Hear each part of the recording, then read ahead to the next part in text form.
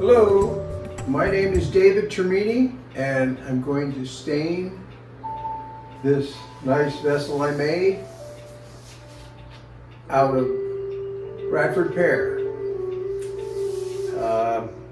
It's a very nice wood, easy to finish, a nice smooth grain, pretty much like cherry.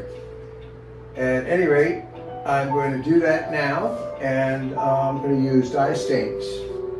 And I want to give it a lot of color. So let's get on with it and see what happens. Thanks for watching.